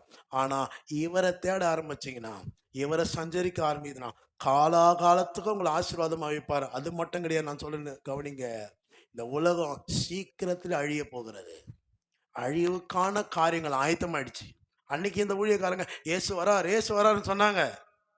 ஆனா இன்னைக்கு உண்மையாக வெளிப்பாடை பெற்று சொல்றேன், ஏசு சீக்கிரம் வருகிறார். வேதத்துல சொல்லப்பட்ட அத்தனை ஆதாரங்களும் நடைபெற்று கொண்டு வருகிறது. ஏசு வருகிறார், நியாயத்தமா இன்னைக்கு. அப்ப அந்த எச்சரிப்பை மெத்துசலானா அவன் மரிக்கும் போது அது வரும். அந்த எச்சரிப்பை பெற்றவன் தேவனோடு சஞ்சரித்து கொண்டிருந்தான், காணாமல் போனான். ஆமென் சொல்லுங்க, அல்லேலூயா சொல்லுங்க. இன்னைக்கு கிறிஸ்தவ வாழ்க்கையில நிறைய பேருக்குள்ள இந்த பரலோகத்தை குறித்ததான அந்த அந்த எதிர்பார்ப்பு குறைஞ்சிருச்சு. இன்னைக்கு நம்ம பாட்டு பாடினா கூட பாருங்க, இந்த மாதிரி பாட்டு பாடினா தான் எல்லாருக்குள்ள ஒரு நல்ல ஆவியே வருது. பரலோகத்தை பத்தி பாடினாலாம், பரலோக பாட்டெல்லாம் இன்னைக்கு சாவு பாட்டு ஆக்கிட்டாங்க. இப்போ சாவுல மட்டும் பாடுறது ஒதுக்கி வச்சிட்டாங்க. ஆனா நான் சொல்றேன், கர்த்தர் அங்கே நமக்காக ஒரு உலகத்தை ஆயத்தமாக்கி கொண்டிருக்கிறார். அங்கே நாம் போக வேண்டும். நம்முடைய குறிக்கோள் அதான் சொல்ற ஏசாமி, முதலாவது தேவனுடைய ராஜ்யத்தையும் அவருடைய நீதி நீ தேடினாதான் ராஜ்யத்துக்குள்ள போக முடியும். ஆமென். பாருங்க, பைபிள்ல நான் ஞாயிற்றுக்கிழமை மாலையில பிரசங்கம் பண்ணிட்டு இருந்தேன். தேவனுடைய ராஜ்யம் பரலோக ராஜ்யம் ரெண்டுத்துக்கும் விவரத்தை சொன்னேன். அல்லேலூயா. கவனிக்கிறீங்களா? எத்தனை பேருக்கு புரிஞ்சதுன்னு தெரியல. அப்போ அவரோடு சஞ்சரிக்கிறவர்களாக இருங்க, அவரோடு உறவாடுகிறவர்களாக இருங்க. எனக்கு தெரிஞ்ச ஒரு ஊழியக்காரர் சொன்னாரு, நீங்க ஜெபிக்க வேதத்தை அதிகமா வாசிக்க உங்களுக்குள் இருக்கிற தேவையில்லாத சுபாவங்கள் தானா போயிடுமா. நீங்க எப்படி ஜெபம் பண்ணத்தால், ஆண்டவரே உங்களுக்கு பிரியமானதை செய்ய எனக்கு கற்றுத்தாரோம் ஜெபம். வேதத்தை எந்த அளவுக்கு ஆழ்ந்து நேரத்தை செலவு பண்ணி வாசிக்கிறீங்களோ, உங்களுக்குள் இருக்கிற உங்களுடைய பரலோக ஆசீர்வாதத்தை தடுக்கிற எல்லா தேவையில்லாத குணாதிசயங்களும் உங்களை விட்டு போயிடும். ஆனா உண்மை அதுதான். நீங்க வேதத்தை படிக்க உங்க முகத்திலே ஒரு மாற்றம் வரங்க, முகமே மாறி போயிடும். சில முகத்தெல்லாம் பார்த்தா கண்டுபிடிச்சிருவாங்க, சில முகத்தெல்லாம் பார்க்கும்போது அந்த தெய்வீகம் தாண்டவம் ஆடும். நான் சில காரியங்கள் ஆண்டவர் கிருபையா சின்ன ஒரு சில வரங்களை கொடுத்துருக்கிறாரு. சில முகத்தை பார்த்தே சொல்லிடுவேன், இது எப்படிப்பட்ட ஆவி, இது எங்க போய் நிற்கும், இது என்னப்பட்ட காரியத்தை செய்யன்னு தெரிஞ்சிடும் எனக்கு முன்னாடியே. அதனால அவங்கள துன்பப்படுத்துறதெல்லாம் கிடையாது, அவர்களுக்காக ஜெபிப்பேன், முடிஞ்சா அவங்களுக்கு அட்வைஸ் பண்ணுவேன். இல்லை டைரெக்டாக சொன்னால் கேட்க மாட்டாங்களா, பிரசங்கத்தில் வச்சு செஞ்சிருவேன். இது என்னுடைய வேலையாக இருக்குது. அப்போது நம்ம வேதத்தோட அதிகமான வாழ்க்கை கண்டிப்பாக நேரம்லாம் எனக்கு கற்றுக்கூட ஷீபா ஜூலியஸ்ன்னு சொல்லிட்டு தண்டையார்பேட்டில் ஊழியம் பண்ணுறாங்க. அவங்க என்னுடைய ப்ரொஃபஸர், அவங்க பைபிள் காலேஜில். அவங்க சொன்னாங்க, நீ வேதத்தை படிக்க அந்த வேதம் உனக்குள்ள மாற்றத்தை என்ன பண்ணும், கொண்டு வர ஆரம்பிக்கும். ஒரு தண்ணி ஓடிக்கிட்டே இருந்தால் தான் நல்ல தண்ணி, அதே தண்ணி ஒரு இடத்த தேங்கிடுச்சுன்னா அதான் சாக்கடைன்றாங்க. ஆமீன் சொல்லுங்க. அப்போ இதை படிக்க வாசிக்க ஜெபம் பண்ண நேரம் கிடைக்கவே கிடைக்காது. அவங்க சொல்றாங்க, அவங்க அவ்வளோ பெரிய ஊழியத்தை நடத்துறாங்க. நானே கேட்ட ஒரு நாள், எப்படி நேரத்தை மேனேஜ் பண்ணீங்க? நேரம் கிடைக்காது, ஆனால் நேரத்தை உருவாக்க முடியும். நேரத்தை என்ன பண்ண முடியும்? கொஞ்சம் யோசிக்கணும், எங்க வேஸ்டா நேரம் போகுதுன்னு. ஆமென். தானியேல் 3 வேளை ஜெபம் பண்ணாரு. தானியேல் எத்தனை வேளை ஜெபம் பண்ணாரு? அந்தி, சந்தி, மதியானம். அந்தினா மாலை, சந்தினா காலை, மதியானம்னா உங்களுக்கு தெரியும். யூதருடைய வழக்கத்தின்படி சாயங்காலமும் விடியற் காலமுமாகி முதலாம் நாள் ஆயிட்டு. சாயங்காலத்துல தான் ஒரு நாள், நமக்கு ஒரு நாள் எப்போ தொடங்குது? காலையில தொடங்குது. யூதர், இன்னைக்கு முஸ்லிம்ஸும் சில அதை பின்பற்றாங்க. இன்னைக்கு மாலை 6 மணிலேருந்து அவங்களுக்கு திங்கக்கிழமை, ஞாயிற்றுக்கிழமை நேற்று 6 மணிக்கு ஆரம்பிச்சிச்சு சாயந்தரம் அவங்களுக்கு. அப்ப 3 வேளை ஜெபம் பண்ணா. ஆகவே தான் தானியேலின் காரியம் ஜெயமா இருந்தது. ஹல்லேலூயா. சிங்க பசி, அவ்வளோ சிங்கம் ஃபாஸ்டிங்ல இருக்குது சிங்கம். அந்த சிங்கம் ஆகா நல்ல உணவு கிடைச்சதுன்னு சாப்பிடலான்னு பார்த்தா கர்த்தர் இன்னும் அதை ஃபாஸ்டிங் போட்டார். ஆமீன் சொல்லுங்க. அல்லேலூயா சொல்லுங்க. ஜெபம். ஒருவேளை சிங்கத்தை போல உங்களை பட்சிக்க பிசாசு எழும்பினாலும் நீ தேவனோடு சஞ்சரிக்கிற பிள்ளையா இருந்தேன்னு சொன்னா தேவன் உன்னை அதிகமாய் வழி நடத்துகிறவராக காணப்படும். அப்போ காரணம் என்ன? அப்போ ஏசாமி மலை பிரசங்கத்தில் சொல்றாரு, இருதயத்தில் சுத்தமுள்ளவர்கள் பாக்கியவான்கள், அவர்கள் தேவனை தரிசிப்பார். அப்ப அவருடைய வழிகளை நீ காணப்படணுமா? இருதயத்துல சுத்தம், பரிசுத்தம் அவசியம். அப்ப நம்ம பரிசுத்தம் ஒண்ணுமே எங்க போயிட்டோம்? பாவம் அப்படின்னு போயிட்டோம். பாவம்னா நமக்கு தெரிஞ்சதுல என்னது? பொய் பேசுறது, திருடுறது, விபச்சாரம் பண்றது, சிகரெட் குடிக்கிறது, சாராயம் குடி, இதெல்லாம் கரெக்ட் தான், பாவம். ஆனா இதை விட இன்னொரு பாவம் இருக்குது. நீதிமொழிகள்ல பாக்குறோம், பிறனை அவமதிக்கிறவன் பாவம் செய்கிறான். பிறனை அப்ப அவமதிக்கிறது அது என்ன செய்யறான்? பாவம். அப்ப இந்த பரிசுத்தம் பைபிள் இருக்குதுன்னு சொல்லி உட்காந்து அந்த பரிசுத்தம் கொஞ்சம் ஆராய்ச்சி பார்த்தா, பரிசுத்தம்ன்றது எங்க போய் நிக்குதுன்னா ஐக்கியத்துல போய் நிக்குது. பரிசுத்தம்னா என்னது? அப்ப தேவன் நம்மை எதற்காக அழைத்தார்? அவரோடு ஐக்கியம் கொள்ள மாத்திரமல்ல, சக மனிதர்களோடு ஐக்கியம் உள்ளவர்களாய், ஒற்றுமை உள்ளவர்களாக நம்ம. இந்த ஒற்றுமை தான் பாருங்க, இந்த ஐக்கியம் தான் பாருங்க. சில பேர் சின்னதுக்கெல்லாம் கோச்சிக்குவாங்க, அது அவருடைய குணம். அந்த குணம் மாற்றிக்கொள்ளப்படும். அதனால தான் யோவான் 1 யோவான் 1ஆம் அதிகாரம் அங்கே 5ஆம் வசனத்தை வாசித்தீங்கன்னா, 1 யோவான் 1:5 வாசித்தீங்கன்னா, அவர் ஒளியில் இருக்கிறது போல நாமும் ஒளியிலே நடந்தால் ஒருவரோடு ஒருவர், அவர் ஒளியில் இருக்கிறாரு, நான் ஒளியில் நடக்கிறவனா இருந்தேன்னா ஒருவரோடு ஒருவர் ஐக்கியமா இருப்போம். அவருடைய குமாரனாக இயேசு கிறிஸ்துவின் ரத்தம் சகல பாவங்களை நீக்கி நம்ம சுத்திகரிக்கும். அப்போ சில நேரத்தில் ஐக்கியம் உடையும், கோபத்தினால உடையும், கோச்சிக்கிறதுனால உடையும். நீங்க கோபம் கொண்டாலும் பாவம் செய்யாதுன்னு வேதம் சொல்லுது. கோபிக்கிறதற்கு மெதுவா இருக்கணும்னு வேதம் சொல்லுது. ஓரளவுக்கு அப்படியே கோவப்பட்டா கூட சூரியன் அஸ்தமயத்துக்கு முன்பாக கோபத்தை என்ன பண்ணா தனிச்சு பேசிடணும். கணவன் மனைவிக்கு நான் சொல்ற நல்ல ஆலோசனை அதுதான். ஒருவருக்கு நீங்க ஐக்கியமா இருக்கும் பொழுதுதான் பிதாவாகிய தேவன் உங்களோடு கூட இணைந்து தேவ பிரசன்னத்தை உங்க வாழ்க்கையில் நீங்க வெளிப்படுத்த முடியும். சக வீட்டர், எதிர் வீடு, பக்கத்து வீடு, திருச்சபை மக்கள் நம்ம எல்லாம் ஐக்கியமா இருக்க வேண்டும். நீங்க ஐக்கியமா இருக்கும் போதுதான் கர்த்தருடைய வல்லமை வெளிப்படும். வேதம் சொல்லுது, ஒருத்தன் 1000 பேரையும் 2 பேர் 10,000 பேரை தோத்தோம். கவனிங்க, கணக்கு கவனிக்கிறீங்களா? அத்தனை பேருக்கு புரியுது நான் சொல்றது? ஒருத்தன் எத்தனை பேரை தோத்துவான் சொல்லுங்க சத்தமா, தூக்கம் வருதா? ஒருத்தன் எத்தனை பேரை தோத்துவான்? 2 பேரு. அது எப்படி 16 பேர்? 2 பேர் 2000 பேர் தானே தோர்த்தணும். அது எப்படிங்க 10,000 பேர்? ஒற்றுமைக்கு அவ்வளவு பலன் இருக்குது. முப்பரி நூல் சீக்கிரம் அறாது. ஆமேன்னு சொல்லுங்க. அப்ப நீங்க ஐக்கியம் கொள்ளும் போது உங்க மற்றவங்க மேல மனஸ்தாபம் இருக்கலாம், ஒருவேளை மற்றவங்க மேல கோபம் இருக்கலாம். கிறிஸ்து நம்ம மேல மனஸ்தாபம் பண்ணா எல்லாத்துக்கும் மனஸ்தாபம் பண்ணணும். கிறிஸ்துவுக்குள் நம்ம எல்லாம் சகோதரர்கள், கிறிஸ்துவுக்குள் நம்ம எல்லாம் சகோதரிகள். இந்த மனப்பான்மையோடு சக மனிதர்களோடு நாம் ஐக்கியம் கொள்வது பரிசுத்தம் பைபிள் சொல்லுது. அவர் ஒளியில் இருக்கிறது போல நாம ஒளியில் நடந்தால் ஒருவரோடு ஒருவர் ஐக்கியப்படும். நான் ஒளியில நடக்கிறேன்னு சொல்லிட்டு சத்தியத்தின்படி நடக்கலாம் போய் சொல்றேன். நம்ம மற்றதெல்லாம் நிறைய கிறிஸ்தவனுக்கு எல்லாத்தையும் கரெக்ட், காணிக்க கொடுக்கறதுல ஜெபம் எல்லாத்தையும் இருப்பாங்க. ஆனா சக மனிதர்களோடு அவங்க என்ன பண்ண மாட்டாங்க. சர்ச்சுக்குள்ளே இருக்குது அவ்வளவு பிரச்சனை, குடும்பத்துக்குள்ள இருக்குது பிரச்சனை இன்னைக்கு நிறைய. ஏன்? யாக்கோபு குடும்பத்திலே பிரச்சனை தான், ஈசாக்கு குடும்பத்துல பிரச்சனை தான். அந்த அம்மாவும் அவரும் பேசிக்கிறதே கிடையாது, தெரியுமா உங்களுக்கு? பேசல. ஆகவே தான் ஈசாக்கு கடைசி நாட்கள்ல ஏசாவை கூட்டு சொல்றேன், எப்பா வாப்பா, உன்னை ஆசீர்வதிக்க போறேன், வாப்பா நீ போய் எதையாவது அடிச்சு எத்தனை உன்னை ஆசீர்வதிக்கிறேன்ற. இந்த அம்மா ஒட்டு கேட்குது, இதை உஷாரா கேட்டுட்டு இந்த அம்மா என்ன பண்ணிருக்கணும், சரி அவனும் நம்ம புள்ள தானே ஆசீர்வதிக்கப்பட்டிருக்கணும். இந்த அம்மா உஷாரா யாக்கோபை கூப்பிடு, வாப்பா ராஜா உன்னை எல்லாத்தையும் திருடின்னு போயிடுவான் போல. நம்ம என்ன சொல்லியிருக்கணும், 2 பேரும் கலந்து தானே பேசியிருக்கணும். கலந்து பேசல. கணவன் மனைவிக்குள்ள பிரச்சனை. அந்த பிரச்சனை எங்க வந்து விடிஞ்சதுன்னா பிள்ளைகளுக்கு மேல வந்து விடுது. 2 பேரும் சண்டை போட்டுக்கிட்டாங்க. ஒருத்தனை ஏமாத்தி ஒருத்தன் தூர தேசத்துக்கு போய் கடைசியில் ஆண்டவர் 2 பேரையும் சமாதானமாக்குனாரு. ஆனா கூட இன்னைக்கும் ஏதோமியருக்கும் இஸ்ரவேலருக்கும் சண்டை தான். ஏசா சந்ததியா தான் ஏதோமியர். இன்னைக்கும் பிரச்சனை ஓடிட்டு இருக்குது. காரணம் யாரு? ஈசாக்கும் அவங்க பொண்டாட்டியும். தப்பால எனக்கு அந்த மாதிரி லாங்குவேஜ் பேசுறேன்னு திடீர்னு அப்படி பேசுவேன். ஈசாக்கும் அவங்க பொண்டாட்டியும் பேசாததுனால, ஐக்கியம் இல்லாதனால. அவங்களுக்கு ஒன்னே ஒன்று சொல்லிக்கோங்க, எப்பவுமே ஜாடிக்கு ஏற்ற மூடி தான் ஆண்டவர் வைப்பார். அவன் சொல்லுங்க, ஜாடியும் மூடியும் ஒரே மாதிரி இருந்தால் மூட முடியாது. நான் சொல்றது புரியுது? வாட்டர் பாட்டில் இருக்குது. வாட்டர் பாட்டில் மாதிரியே மூடி இருந்தால் மூட முடியுமா உங்களால்? மூடி வேற மாதிரி இருக்கும், வாட்டர் பாட்டில் வேற மாதிரி தான் இருக்கும். அப்பதான் மூடும் அது. என்ன மாதிரியே இல்லை, என்ன விட. அது தாங்க தேவன் ஏற்படுத்தி வைத்த ஒரு இணைப்பு. திருமணத்தில் இணைக்கப்பட்டுட்ட பிற்பாடு அப்போதான் யாரும் வந்து கொளுத்தி விட்டுருவான். அதனால தான் டிஜே போட்டுறானுன்னு நினைக்கிறேன். கல்யாணத்தில் வந்தால் ஏதாவது பேசுகிறானுங்க, அவனுக்கு காது குத்து கேட்க முடியல. ஏன்டா போறணும், எப்போடா அங்கே ஓடி வருவோன்னு இருக்குது. எனக்கு தலை வலிக்குது. ஏன்னா எல்லாம் முடிஞ்ச பிற்பாடு வந்து பேசுவோம். நீ ஏன் அவசரப்பட்டு கல்யாணம் பண்ணிக்கின? ஐயோ, இதையா கல்யாணம் பண்ணிக்கின? இவனை ஏன் கல்யாணம் பண்ணிக்கின? என்கிட்ட சொல்லியிருந்தா நான் பார்த்துருப்பேனே. பார்த்தே இருக்காதுங்க.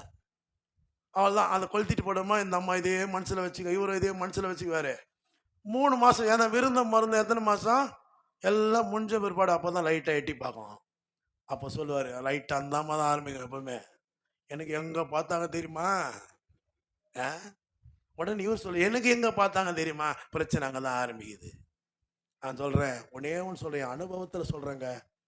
மற்ற விஷயத்தில் கூட ஆண்டவர் காம்ப்ரமைஸ் ஆகிடுவார். திருமண விஷயத்தில் காம்ப்ரமைஸ் ஆக மாட்டார். தேவனுக்கு சித்தல்னா கல்யாணம் ராத்திரியே நின்றும். அன்றைக்கி ராத்திரியோடு நின்று நிறைய கல்யாணம் அப்படி நின்றுது. கல்யாணம் வரைக்கும் வந்து தாலி கட்டுற வரைக்கும் வந்து திருமணம் வரைக்கும் வந்துடுச்சுன்னா தேவ சித்தம் இல்லாமல் நீங்கள் இணைக்கப்படவே இல்லை. ஃபர்ஸ்ட் அதை புரிஞ்சுக்குங்க. மற்ற விஷயத்தில் கூட சரி போனால் போதும் விட்டுரு. அந்த கெட்டகுமாரன் அப்பா கிட்ட சொத்து கேட்டான் இல்லையா, என்ன பண்ணிட்டாரு? போ விட்டார். அந்த மாதிரி ஆண்டவர் சில விஷயத்தில் கூட விட்டு வரானா, திருமணத்தில் மட்டும் விடவே மாட்டார். ஏன்னா விவாகம் யாவருக்குள்ளும் கனம் உள்ளது. அதை ரொம்ப ஸ்பெஷலாக பார்க்குது பரலோகம். ஆண்டருக்கு சித்தம் இல்லாமல் நீங்கள் இணைக்கப்படவே இல்லை. ஒரு உங்கள் 2 பேருக்குள்ள இன்னைக்கு மிஸ் அண்டர்ஸ்டாண்டிங் இருக்கலாம். ஆனால் யாராவது ஒருத்தர் விட்டு கொடுத்து இறங்கி போங்க, இல்லைன்னா பிள்ளைகளுடைய வாழ்க்கை பாதிக்கப்படும். இன்னைக்கு இஸ்ரேவேலுக்கு பிரச்சனையே அதுதான். ஏதோம் யாரால் தான் பிரச்சனையே.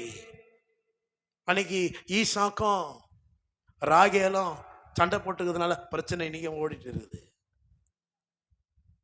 அந்த அம்மா என்ன பண்ணுச்சு, இவர் தனியாக ஆசீர்வாதம் கொடுக்க பார்த்தாரு.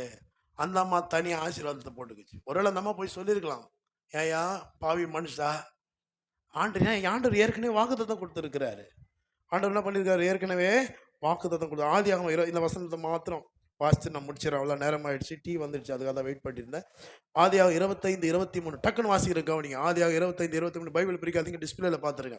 ஆதியாகம் 25-23 அதற்கு கர்த்தர், 2 ஜாதிகள் உன் கர்ப்பத்தில் உண்டாயிருக்கிறது, 2 வித ஜனங்கள் உன் வயிற்றிலிருந்து பிரியும், அவர்களில் ஒரு ஜனத்தார் மற்ற ஜனத்தாரை பார்க்கிலும் பலத்திருப்பார்கள், மூத்தவன் இளையவனை செய்வான். ஆண்டவர் சொல்லிட்டார், மூத்தவன் இளையவனை கண்டிப்பா செய்வான் சொல்லிட்டாரு.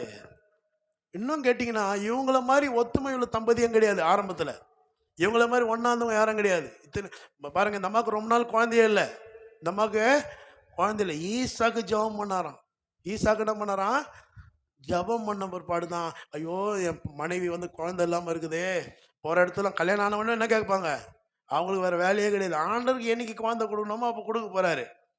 இதில் வேறு இன்றைக்கி நிறைய குழந்தை கருத்தரிப்பு மையம், பணம் செலவே பண்ணாதீங்க. நான் சொல்கிறேன், என்னைக்கு அந்த குழந்தைய பார்த்துக்கிற அளவுக்கு கெப்பாசிட்டி உனக்கு வருதோ கண்டிப்பாக ஆண்டவர் குழந்தைய கொடுத்துருவார். ஆண்டவர் குழந்தைய கொடுக்கலன்னா இன்னும் அந்த குழந்தைய பார்க்கறதுக்கு கெப்பாசிட்டி இல்லை உனக்கு நான் அர்த்தம். அவ்வளோதான், வேற ஒன்றும் கிடையாது. நிறைய பேர் பணத்தை செலவு பண்ணிக்கிறாங்க.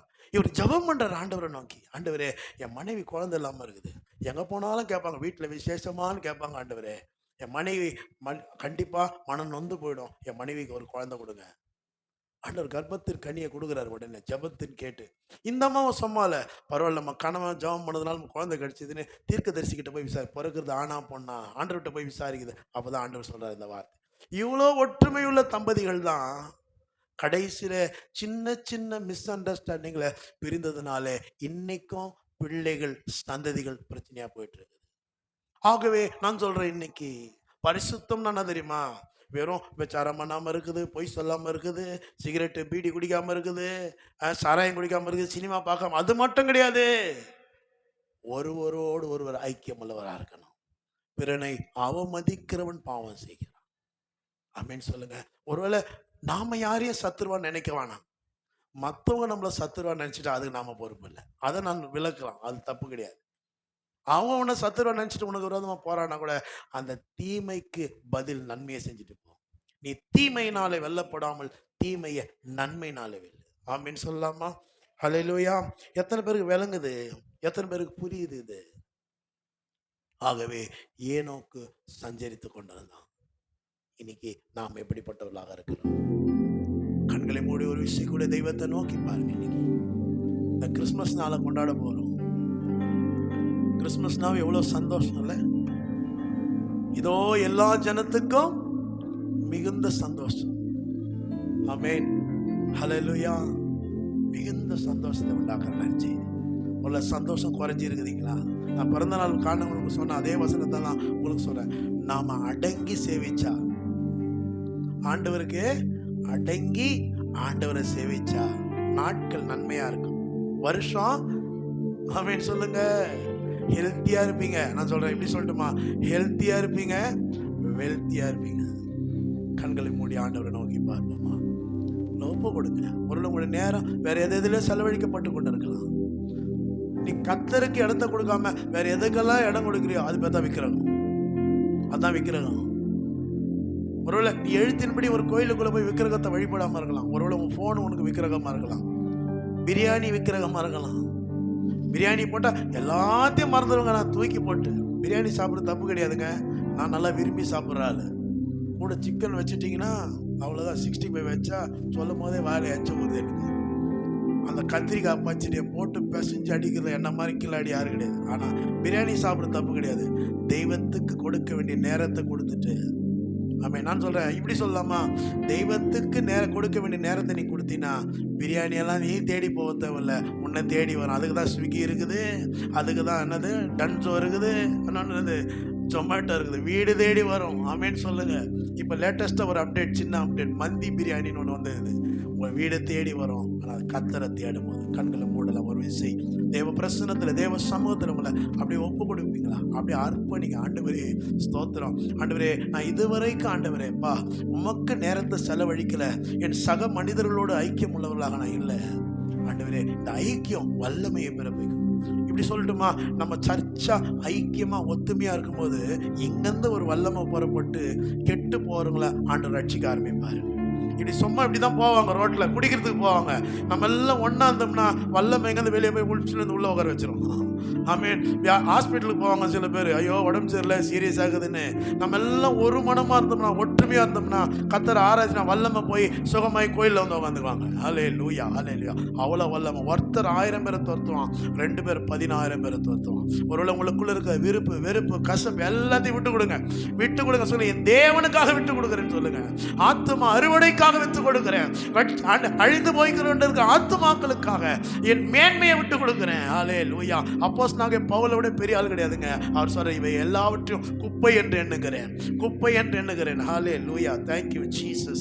ஹல்லேலூயா, ஹல்லேலூயா. ஒருவேளை யார் மேலாவது உங்களுக்கு நீண்ட நாட்களாக ஒருவேளை ஒரு கசப்பு வைராக்கியம் இருக்குன்னா இப்போ தேவ பிரசன்னத்தில் கொண்டு வாங்க. தேவ சமூகத்தில் ஒப்பு கொடுங்க. ஆண்டவரே, மனப்பூர்வமாக மன்னிக்கிறேன். ஆண்டவரே, மனப்பூர்வமாக மன்னிக்கிறேன். ஒரு கணவன் மனைவிக்குள்ள ஒருவேளை பேசாம சண்டை போட்டுக்கிற தன்மை தான் இன்னைக்கு ஒப்பு கொடுங்க. என் மனைவியை நான் நேசிப்பேன். மனைவி சொல்லணும், என் கணவனுக்கு நான் கீழ்ப்படிவேன். இது உள்டாவா போனதுனால தான் பாவம் உள்ள நுழைஞ்சிருச்சு. கணவன் மனைவியை நேசிக்கணும், மனைவி கணவனுக்கு கீழ்ப்படியணும். ஹல்லேலூயா. Thank you Jesus. Praise the Lord. ஹல்லேலூயா, ஹல்லேலூயா, ஹல்லேலூயா. ஒப்பு கொடு. ஒருவேளை மாமியாரா இருக்கலாம். ஆமென். சில பேர் நீங்க மாமியாரார்கள் இருக்கலாம். ஒருவேளை உங்க வீட்டுக்கு ஒரு மருமகன் வந்துட்டாவே நிறைய மாமியாருங்க பண்ற பிரச்சனை அதுதான். இன்னைக்கு மருமகன் ஒருத்த வந்துட்டா அந்த மருமகளை ஏற்றுக்க மாட்டாங்க. பிரச்சனையே அங்கே தான் ஸ்டார்ட் ஆகுது. ஹல்லேலூயா. ஸ்தோத்திரம், ஸ்தோத்திரம். என் அன்பு தேவ பிள்ளையே, ஒருவேளை நீ மருமகளாக இருக்கலாம். உன் வீட்டை மறந்துடு, அவ்வளோதான். உன் வீட்டை மறந்து வேதம் அதுதான் சொல்லுது. இனி உன் வீடு இதுதான். அவங்க உங்களுக்கு மாமியார் இல்லை, அவங்க உனக்கு ஒரு அம்மா. ஹல்லேலூயா. ஸ்தோத்திரம், ஸ்தோத்திரம், ஸ்தோத்திரம், ஸ்தோத்திரம். ஹல்லேலூயா. Thank you Jesus. ஹல்லேலூயா. ஓ ஸ்தோத்திரம். உன்னிடத்தில் நீ நேசிக்கிறது போல பிறனிடத்தில் அன்பு கூறுவாயாக வேதம் சொல்லுது. உன்னை போல் பிறனையும் நீ நேசிப்பாயா. ஹல்லேலூயா. Thank you Jesus. ஹல்லேலூயா. ஒரு விஷயம் அப்படி இருக்கிற இடத்துல கண்களை மூடி நம்மளாம் அப்படியே கொஞ்சம் எழும்பி நிற்கலாமா? நான் நிறைவு செய்ய போகிறேன், நான் முடிக்க போகிறேன். அப்படியே எல்லாம் எழும்பி நிற்கலாமா? ஹல்லேலூயா. ஸ்தோத்திரம், ஸ்தோத்திரம். கல்வாரியில் ரத்தம் சிந்தின அந்த இயேசுவை நோக்கி பாரு. இன்னைக்கு ஒப்பு கொடு. ஆசீர்வாதத்தை இத்தனை நாட்கள் இந்த காரியங்கள் தான் தடை செய்து கொண்டிருந்தது. கர்த்தர் அந்த தடையை இந்த காலை வேளை விலக்க விரும்புகிறார். ஒப்பு கொடு. யார் மேலாவது உனக்கு கோபம் இருந்தா, ஹல்லேலூயா. Thank you Jesus. என்னை நேசிக்கின்றாயா என்று கர்த்தருடைய சத்தம் உன்னை நோக்கி வருகிறது. ஹல்லேலூயா.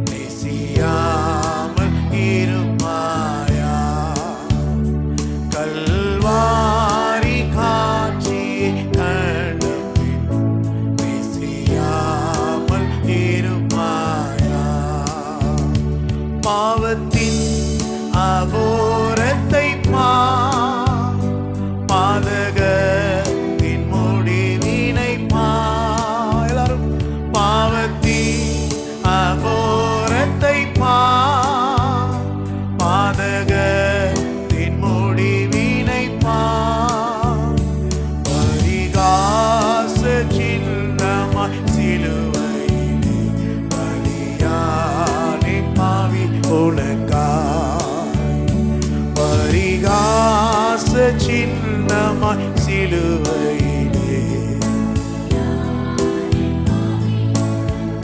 எல்லாரும் என்னை நேசிக்கின்றாயா, என்னை நேசிக்கின்றாயா, கல்வாரி காட்சியை கண்ட நேசியாமல் இருப்பாயா, கல்வாரி காட்சியை கண்ட நேசியாமல் இருப்பாயா.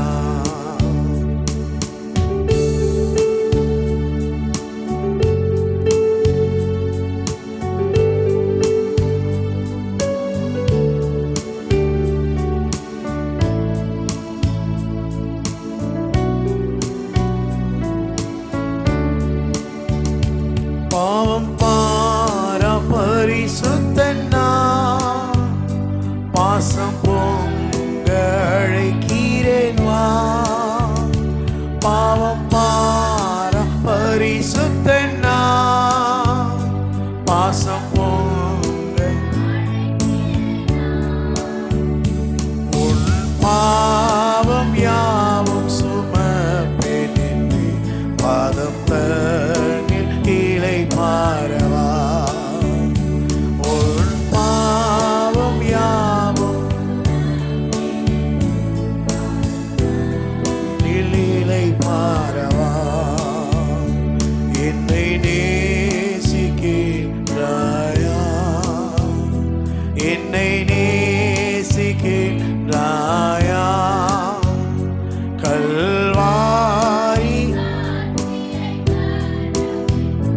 நேசியாமல் இருப்பாயா, கல்வாரி காட்சியை நேசியாமல் இருப்பாயா. ஆமென். கல்வாரிய காட்சியை பார்த்த பிற்பாடு கூட ஆண்டவரை நீ நேசிக்கலையா? ஆண்டவரை பார்த்து கேட்கிற கேள்விதான். கர்த்தருக்காக எல்லாவற்றையும் நான் விட்டு விடுகிறேன். என் குடிப்பழக்கம், சகோதர சிநேகம் இல்லாமல் இருக்கிற பழக்கம், என் கோபம், என் வெறுப்பு, என் கசப்பு, வைராக்கியம் எல்லாத்தையும் இயேசுவுக்காக நான் விட்டு கொடுக்கிறேன். விட்டு கொடுக்க கொடுக்க கர்த்தருடைய வல்லமை உன்னை கட்டி எழுக்க ஆரம்பிக்கும்.